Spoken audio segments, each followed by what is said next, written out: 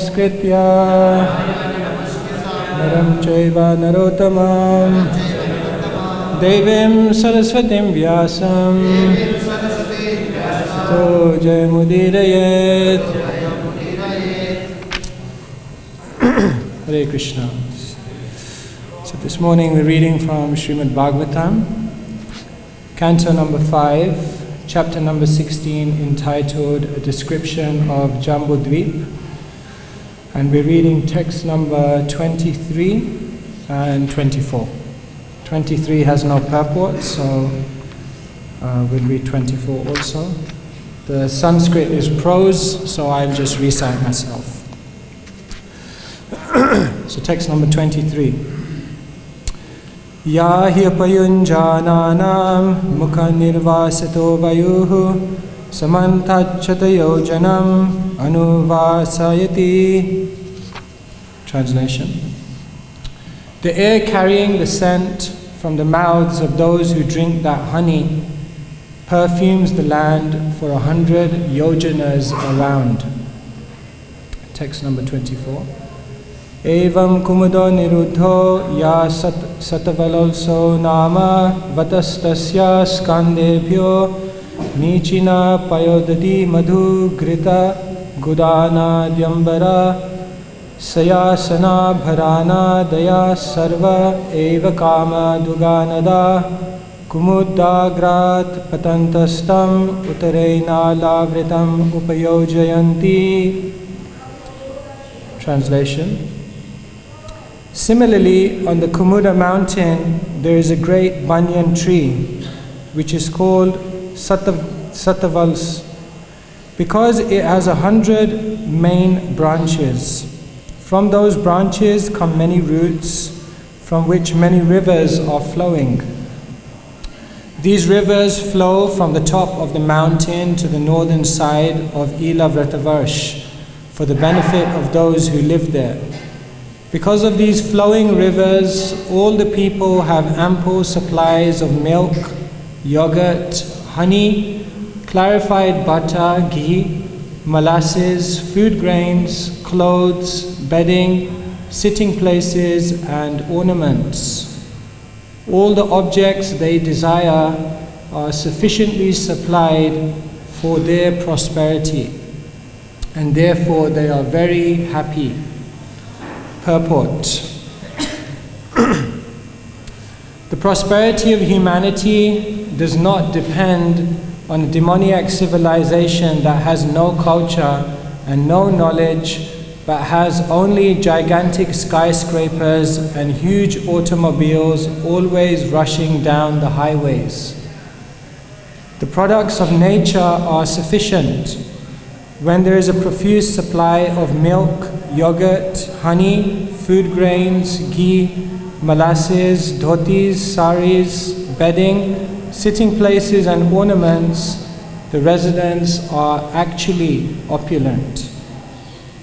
When a profuse supply of water from the river inundates the land, all these things can be produced, and there will not be scarcity.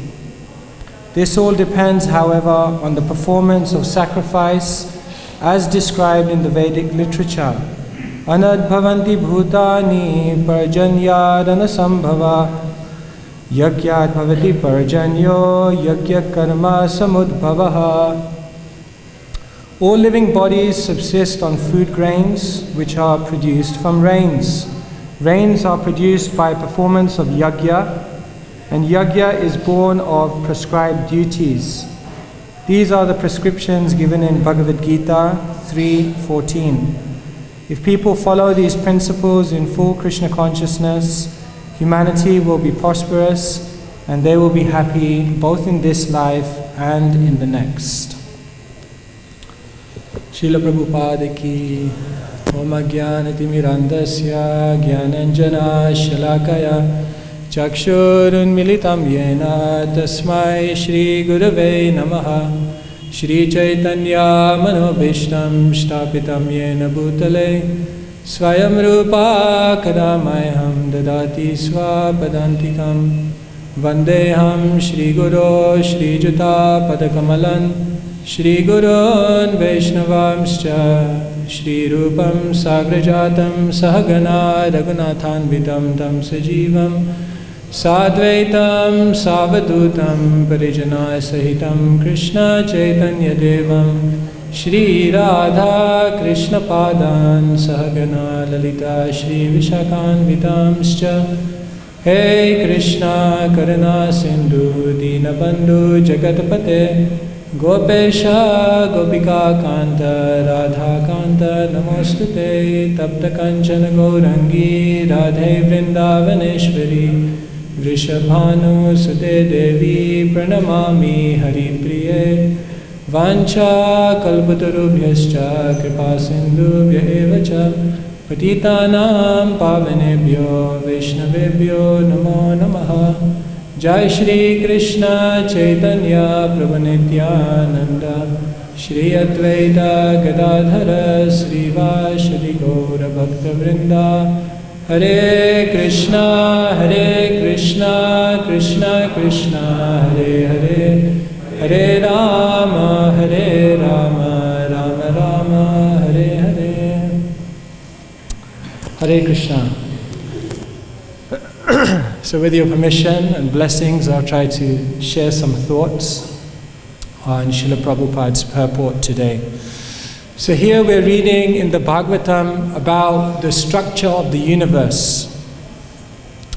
Of course, this is a very difficult section for devotees to digest, because the explanations of the universe seem to be very fantastic, something that we've never perceived before, and therefore sometimes it's very difficult to accept.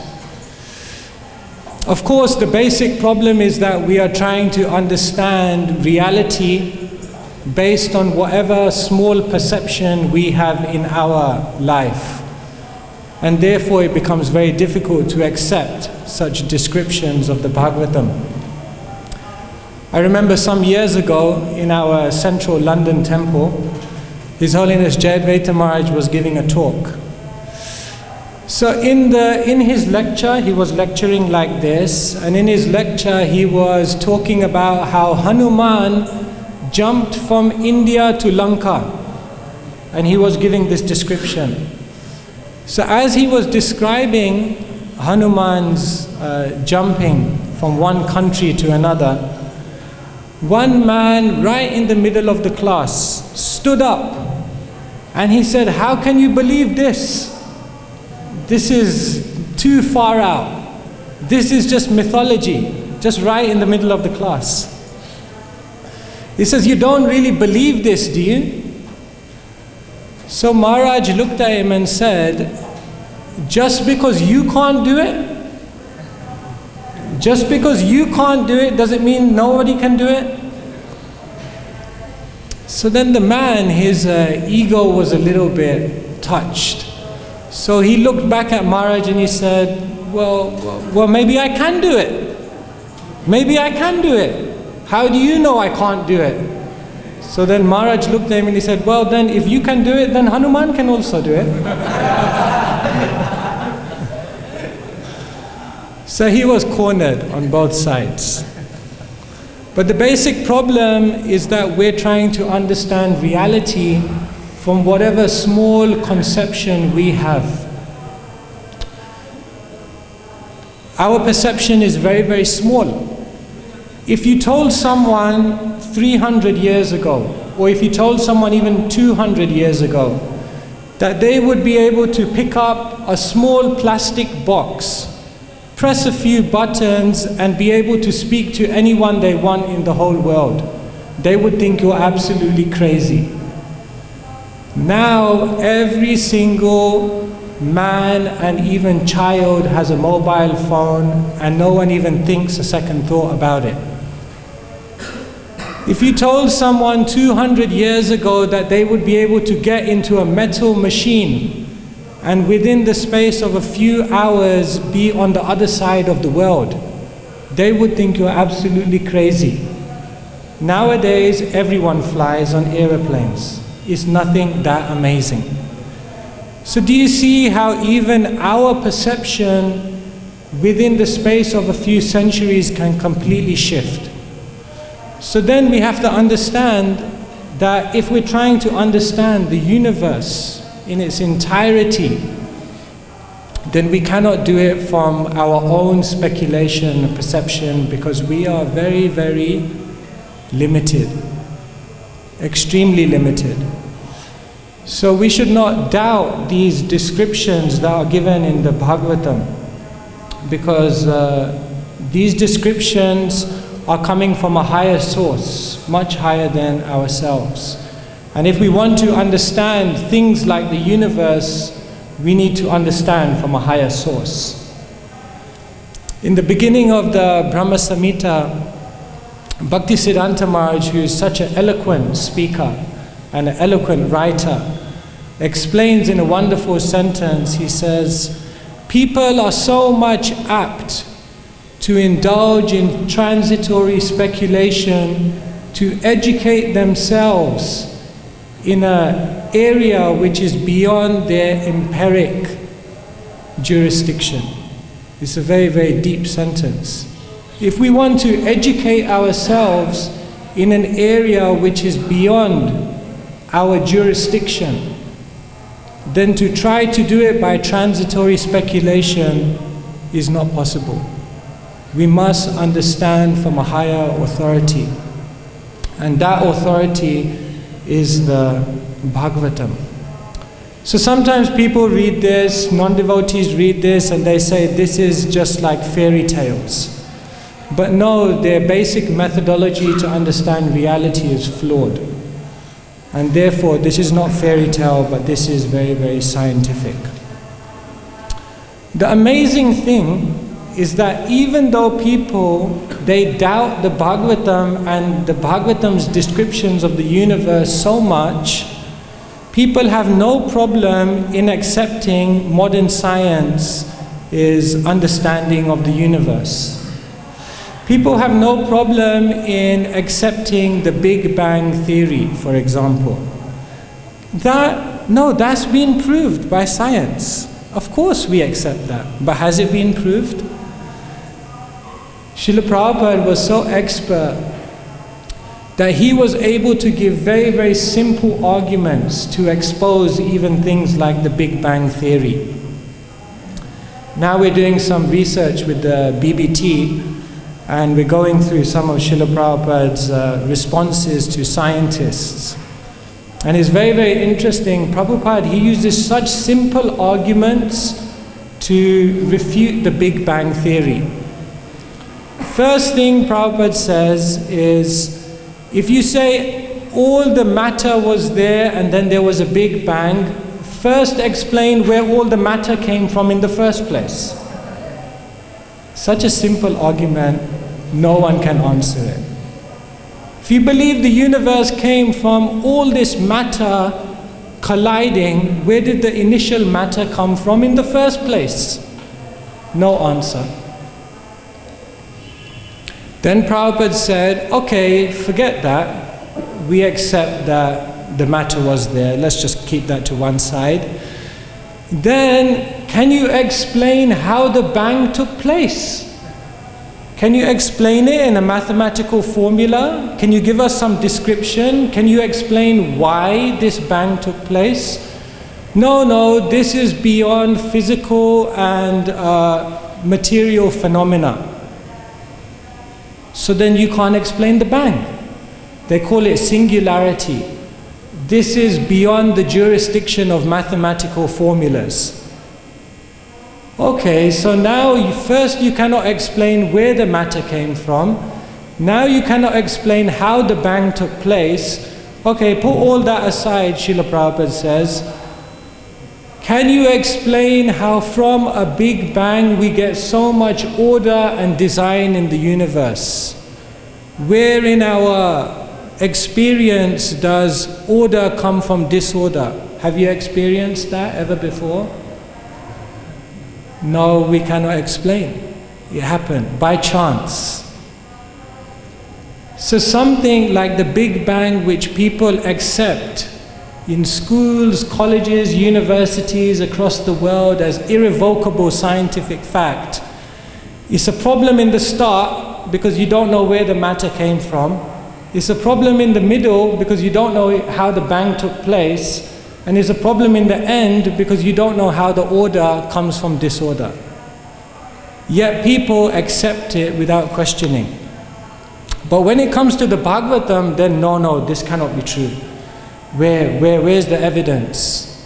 So do you see, material world is tilted. Actually, it says in the Bhagavatam in the 12th canto that someone will be considered learned if they can simply juggle words. So that's what the world we're living in is all about. So Srila Prabhupada had so much faith in the scriptures that he didn't have to hide. Prabhupada didn't hide any of the science of the Bhagavatam because he had full faith that this is true, this is factual. Malati Mataji explains in 1969, she was serving Srila Prabhupada, she was cooking for Srila Prabhupada in 69, and one day she saw that the door of Srila Prabhupada's room was slightly open. And she said it would never be like that. So she looked inside, she just took a peek inside, and as soon as she looked inside, Prabhupada said, Malati, come in, we're watching TV. Come and join us. So then she came in and Prabhupada said, we're watching TV, we're about to watch man land on the moon. So Prabhupada said, come sit down, we're watching. So she was there, Srila Prabhupada was there, some servants were there, and the servant was there. So then there was a big news report, man has landed on the moon, and so on and so forth. And Prabhupada looked at her and she said, this is all a big hoax.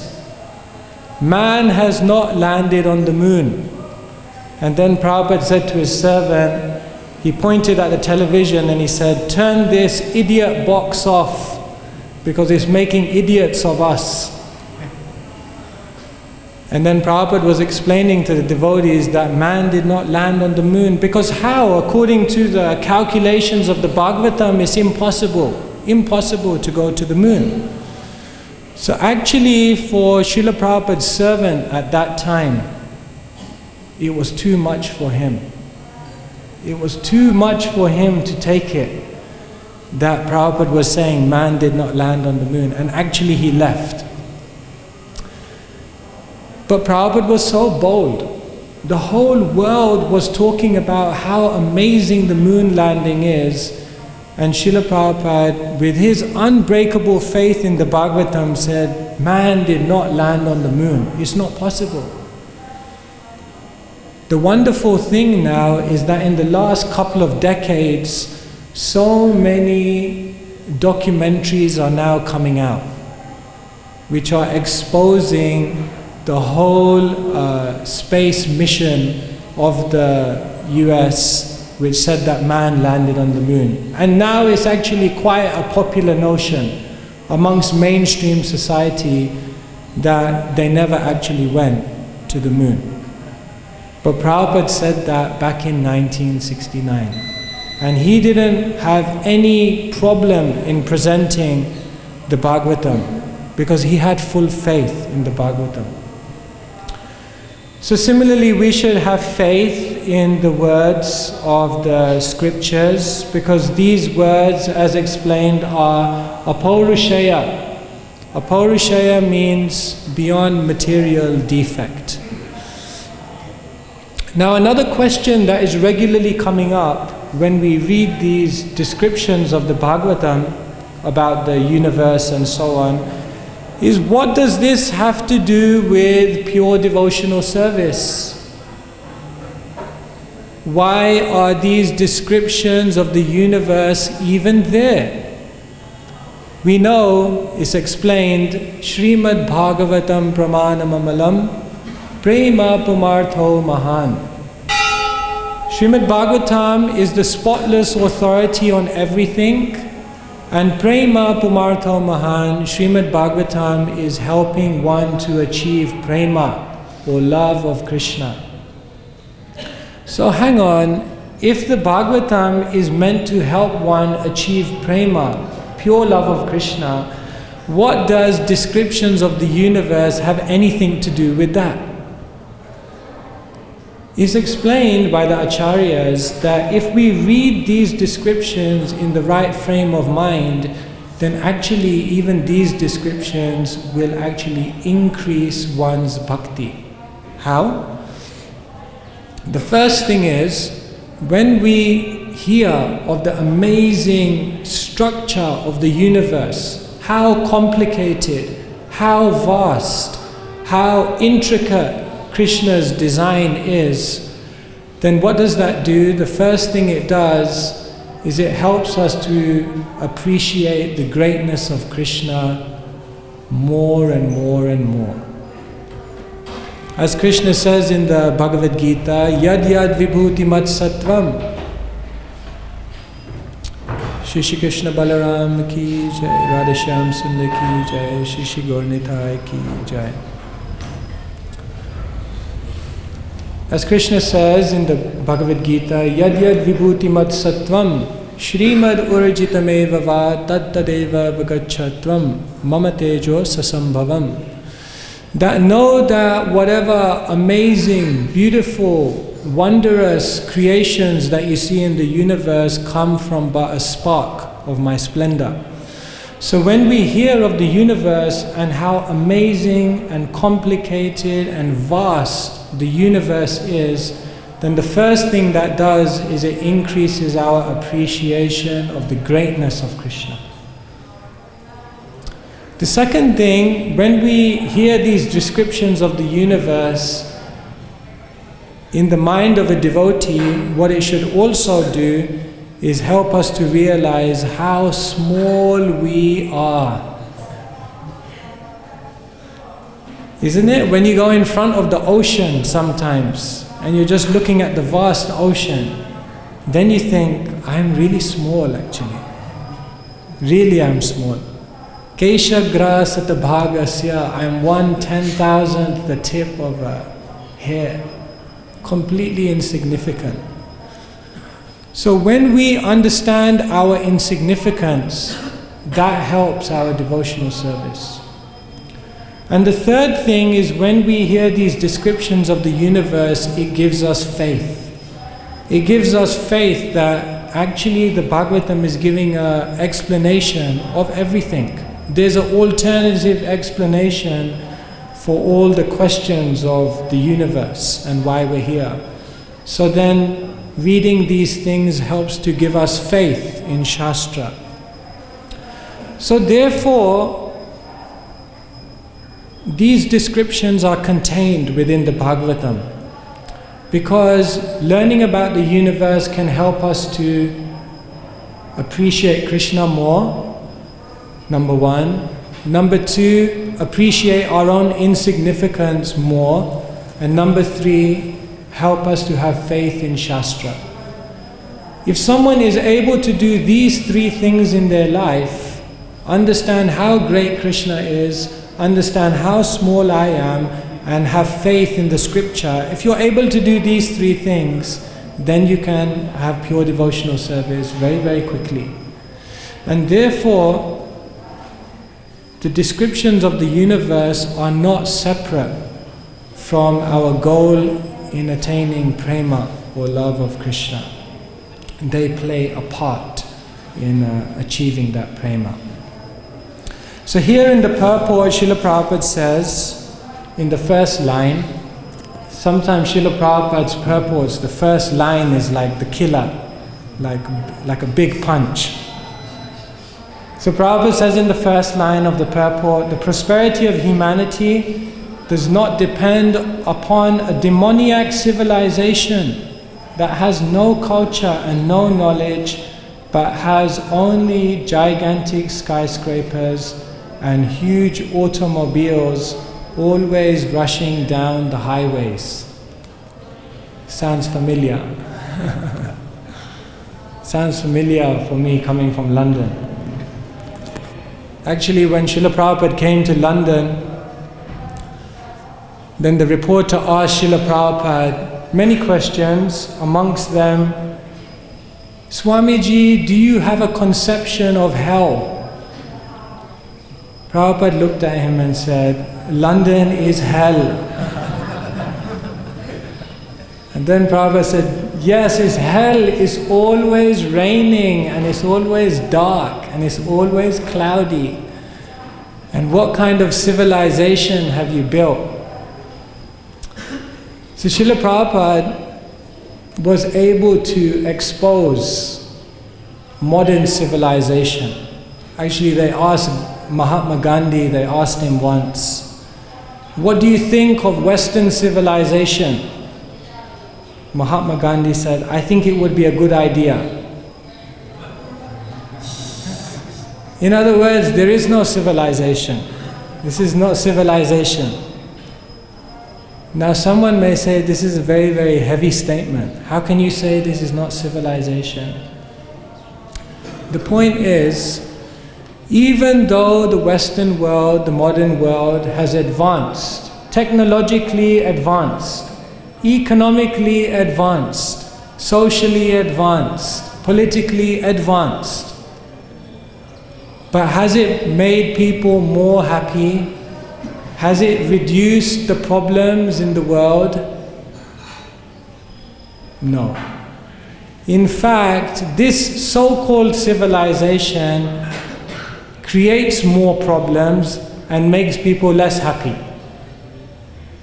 Therefore, Krishna says in the Gita, that which is considered religion is actually irreligion. Just before I came here, I was reading an article in a newspaper, and it was talking about schools in America. So then what they did is they did a study, and they said, what were the three main problems in schools in America in the 1970s? And what are the three main problems in schools in America today? Right? So in 1970, you know what the three main problems were in American schools? Kids were talking in class. Kids were cheating in exams. And kids would sometimes come late to school. These were the three main problems in 1970. You know what the three main problems in American schools are now? Gun crime. Kids just have guns. Like you have one mobile phone, one gun. It's like one pocket phone, one pocket a gun. It's like that. Gun crime. Second major problem in American schools, physical abuse of the teacher. Children who actually just attack the teacher.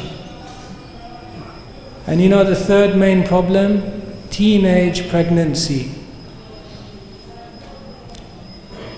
Girls who get pregnant, 13, 14, 15 years old.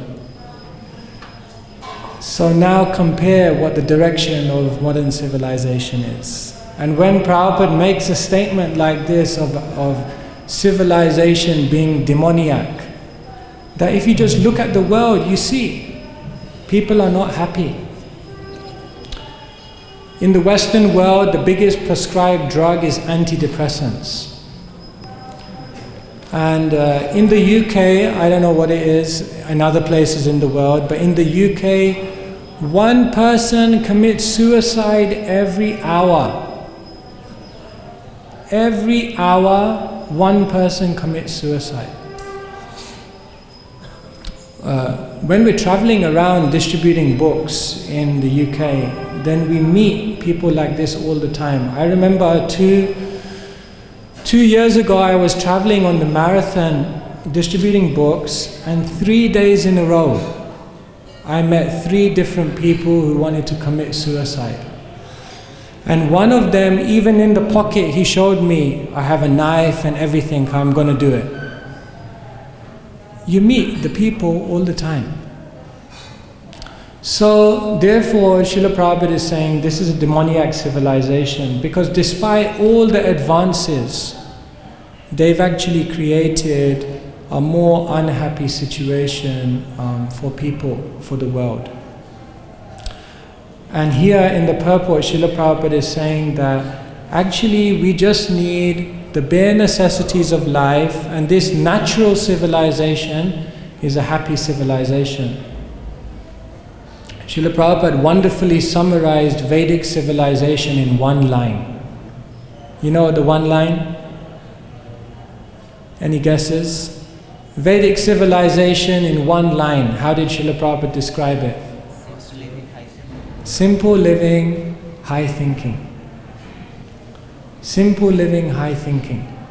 You don't actually need that much to survive. You just need the bare natural necessities. There's a story of Socrates. You all know the Greek philosopher Socrates. So once he was in one street in Athens, and he was looking into a shop window. Many things in the shop window. So he was staring at the shop window. One man went past, he saw him. And then 1 hour later, the man came back again and he saw Socrates still looking into the shop window. So he went up to Socrates and he said, you know, you need something? Shall I buy something for you? Like, what are you looking at? And Socrates said, no, I don't want you to buy something for me. I'm just looking in this shop window and I'm seeing how many things there are here that I don't need. How many things there are here that I don't need. He said in the modern world, luxuries become necessities and necessities become luxuries. It's all turned round. Actually, someone, I don't know if it's a Shastric reference or whether an Acharya says it, but they say you can tell how Kali Yuga progresses. Kali Yuga progresses in 3 stages. You know how you can tell? The first progress of Kali Yuga is that you have to buy food. You know, in Vedic civilization, you don't buy food. It's completely alien. The grihastha, they cook, and then before they eat, they go outside of the home and invite anyone who wants to take. So there was no restaurants in Vedic civilization. But the first step of degradation is that you have to buy food. Then you know Kali Yuga is further degrading. How? You have to buy water. Yeah, we know, like here in India, you have to buy water. So like for us coming from the West, you come here, you have to buy bottled water. So the second step in degradation is that you have to buy water. Otherwise, previously to buy water is completely. And the third step in the degradation of Kali Yuga is that you have to buy air.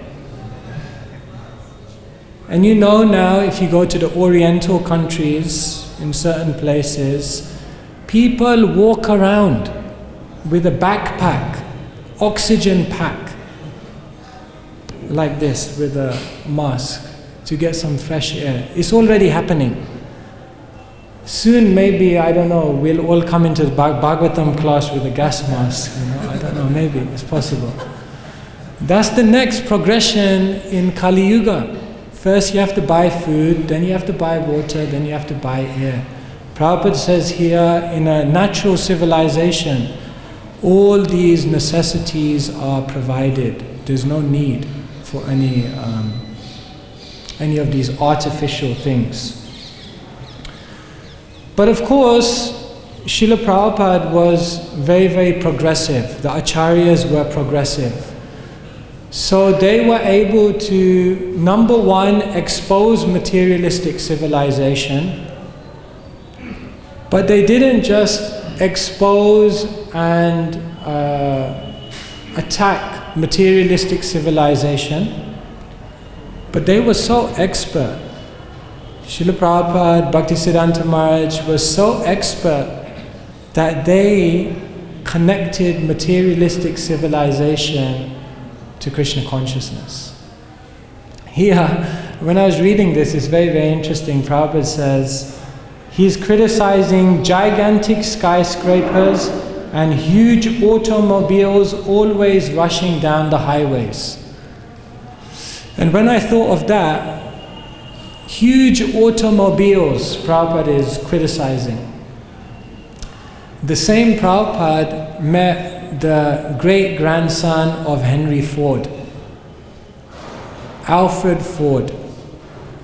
And what did he do with Alfred Ford? He made him a devotee, and he utilized his reputation and his wealth in the furtherment of Krishna consciousness. So this is the principle of Yukta Vairagya. It's very interesting how Prabhupada met Ambarish Prabhu. Of course, in their first meeting, the devotee brought in, at that time he was Alfred Ford. So they had already told Prabhupada, he is the great-grandson of Henry Ford.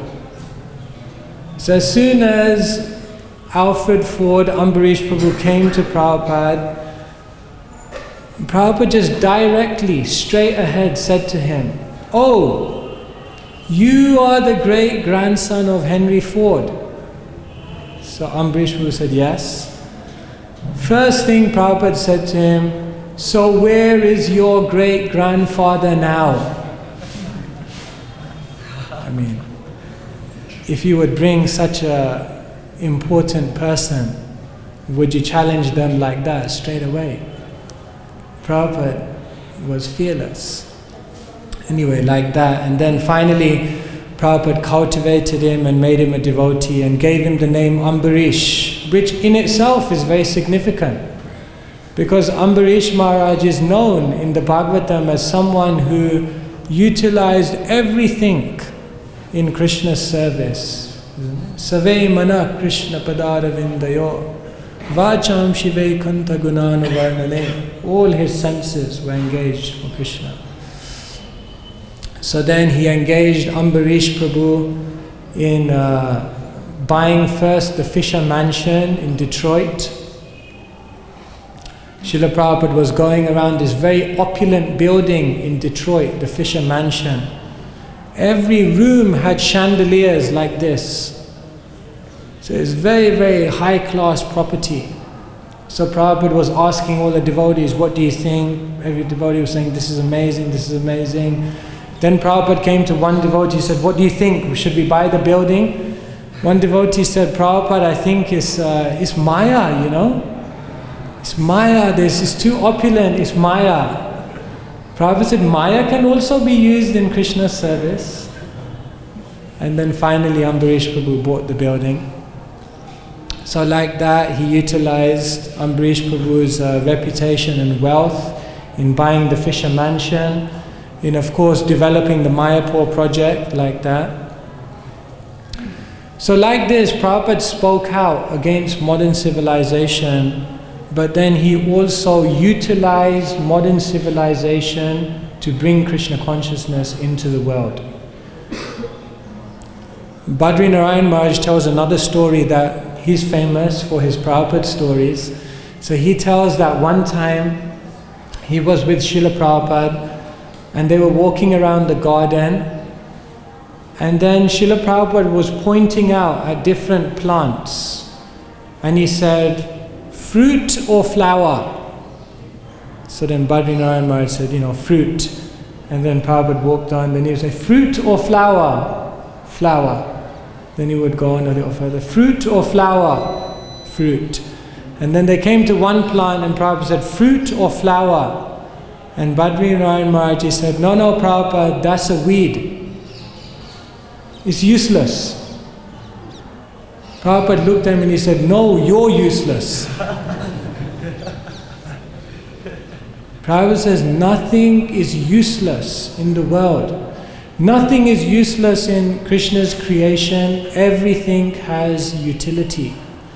And therefore Srila Prabhupada was able to utilize everything, even the elements of what he calls a demoniac civilization. He was able to use that in Krishna's service. Another time a reporter said to Srila Prabhupada, "You came to America on the Jaladuta, but now I see that you are going around the world in jet planes. So if you are so renowned, why don't you carry on traveling around the world in the Jaladuta? Stay humble." Prabhupada said, this civilization is going to hell at the speed of a jet airplane. So if I don't use a jet airplane, I won't be able to catch you. So that was Srila Prabhupada, able to utilize everything, even all elements of demoniac civilization, and purify it by engaging it in Krishna's service. And this, of course, is the principle given by Rupa Goswami. Anashaktasya vishayan yatharham upayunjata nirbandha Krishna sambandhe yuktam vairagyam uchyate. It's a very, very wonderful principle that we should know the Krishna sambandha of every vastu, every item, everything within Krishna's creation has a Krishna sambandha. It has a relationship to Krishna. And therefore we only have to know how to utilize those things in Krishna's service. So maybe I stop here, and if anyone has any comments or corrections, then we can take those now. Hare Krishna. Yeah. You want to use this mic?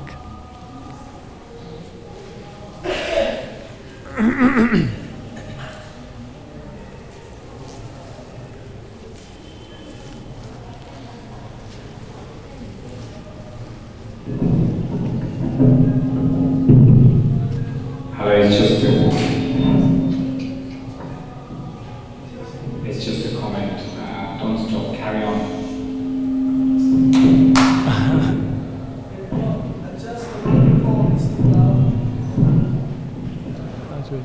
Here?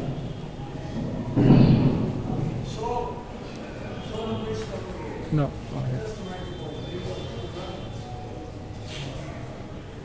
What I was going to say, don't stop, carry on. Very interesting class, especially based upon the classes we had last week on Jamatipa, especially around the development of worlds beyond our current world, how insignificant our world is. Going to explain how we can transcend through bhakti yoga, of this insignificant world in our lifetime into the next lifetime. Okay. So here we're talking about the structure of the material world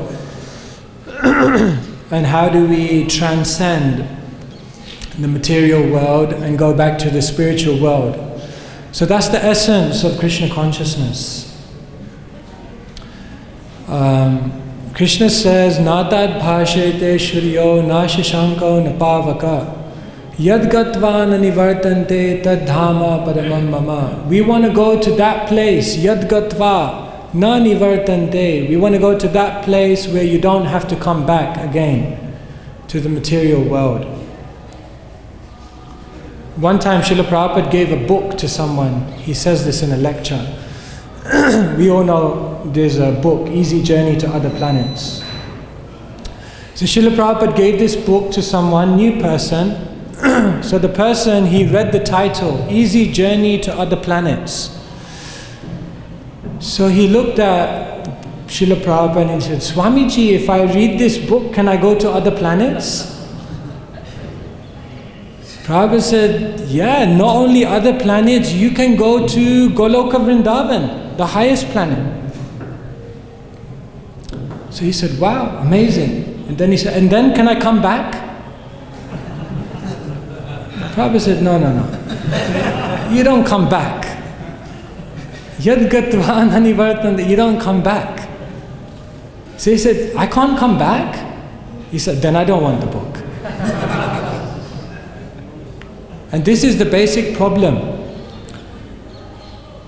This is actually all of us. Actually, there has to be a deep, desperate desire to go back to Krishna. And until that deep and desperate desire is not there, we can't go back to the spiritual world. So therefore, the attitude and the desire is the most important thing to go back home, back to Godhead. Another story of Socrates. One time someone came to him and said, what will it take to perfect my spirituality? So Socrates said, okay, come with me, I'll tell you. So then Socrates took him to one river was there, and then he grabbed hold of the person and he dunked him under water. And it was quite intense. And then just before the person was about to completely choke, he brought the person up and the person gasped some air. See, he looked at Socrates and said, what's the meaning of this? So Socrates said to him, when you are underwater, what were you thinking about? And the person said, I couldn't think about anything. The only thing I could think about was getting a breath of air. Socrates said, when your consciousness is at that level of urgency to go to perfect your spirituality, he said, then you can achieve perfection. So the problem is a problem of desire actually. The desire is still not strong enough to detach ourselves from the world. And therefore even, I think it was Ashtavakra Muni, someone said to Ashtavakra Muni, can you tell me what is the nature of illusion? So they were sitting in a class like this, and the Muni, he got off the Vyasa sign and he ran into the courtyard, and like we have a tree here, what he did is he ran into the courtyard and he grabbed hold of the tree. And then he started shouting, let me go, let me go. This is the nature of illusion. We say we want to go back to Krishna, transcend the material world, but still we have so many agenda points in the material world. So many things to do, people to see, places to go. So then Krishna says, okay, then you have to stay here to fulfill all the desires. So actually the main thing is having the desire. And if the desire is strong, then Krishna will make all the arrangements. Krishna says, Dadami buddhi yogam tam, I'll make all the arrangements, I'll give you all the intelligence how to do it. But the desire must be there. Hare Krishna. Yes. You want the mic? Once we made it back to local, we should be strong enough to come and go will. Come back to Earth, say, for example. Come back to Earth and help our friends, take our friends back. It's like from the lower chakras, from low consciousness, from low dimension, it's very difficult to go up. But once we're up there, it's easy to go down and understand and realize what it's like and come back up. So why don't we go if we can get to Krishna Loka?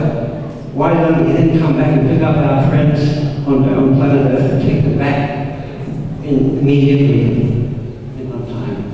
Why? Very nice question. So I just repeat the question.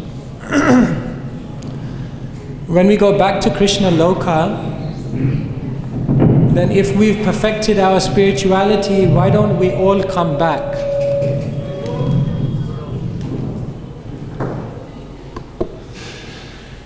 If we've all perfected our spirituality, then why do we then not all come back to the material world to then take everyone with us?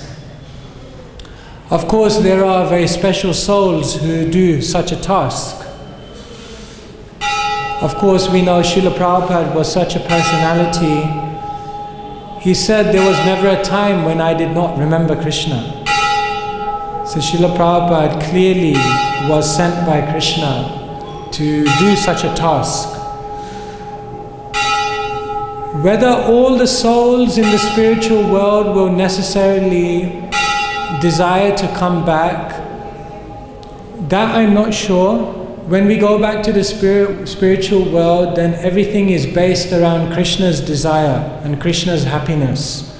So if it is Krishna's desire for us to come here, and if it is Krishna, if it will bring Krishna happiness for us to come here, then the pure devotee will come.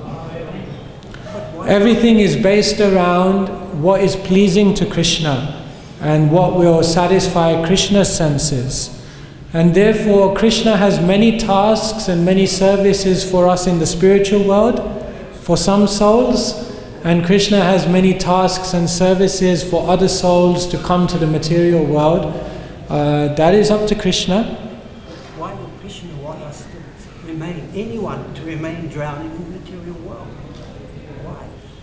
When instantly we can all, everyone, every living being, be totally Krishna conscious. So the question is, why would Krishna want anyone in the material world to drown? Krishna doesn't want. Why would he want the material world, period? Okay, so I'll come to that one. First one is, why does Krishna want living entities to drown in the material world? Krishna doesn't. And therefore, Krishna makes all the arrangements for any soul which is desirous to go back to Godhead to be able to go back to Godhead. Krishna comes personally, Krishna sends messengers. So therefore Krishna makes all the arrangements. He doesn't just create the material world and then leave us here, but he makes all the arrangements by which we can go back. And your second question, why is the material world, why is it here in the first place?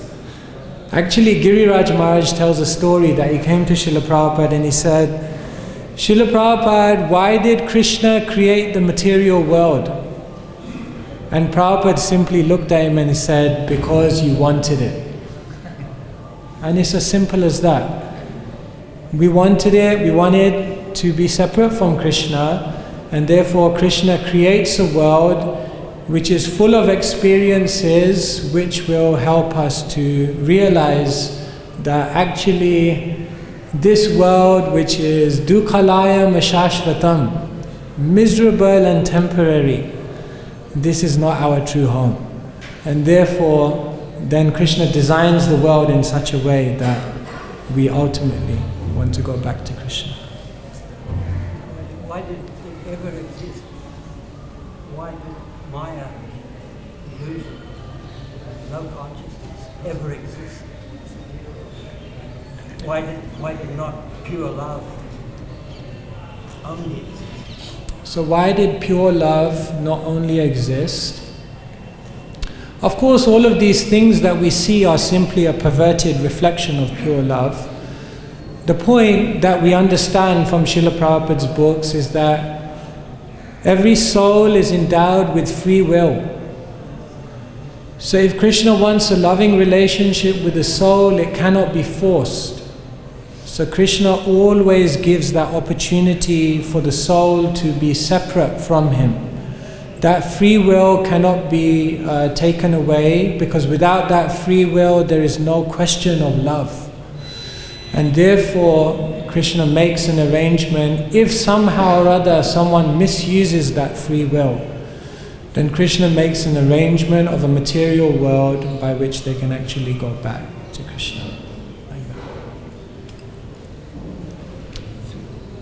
Speed it up. This whole thing, whole process is far too slow. Wow. begging Krishna should speed it up. Get me out of It here. takes too long. Of course, that's the mercy of Chaitanya Mahaprabhu. That what in other ages took thousands of years of sacrifice, in one short lifetime, you can achieve that very, very easily. The Bhagavatam explains, Krite yadhyato vishnum tretayam yajito mukhe dvapare paricharyayam kalotad harikirtanat. What in other ages, different processes were there which took very, very long, but in this age is very, very quick and very, very easy. We simply have to chant Hare Krishna, Krishna Krishna, Hare Hare, Hare Rama, Rama Rama, Hare Hare. So I think we finished there. Grantaraj, Srimad Bhagavatam. Okay, there's. Prabhuji, I just wanted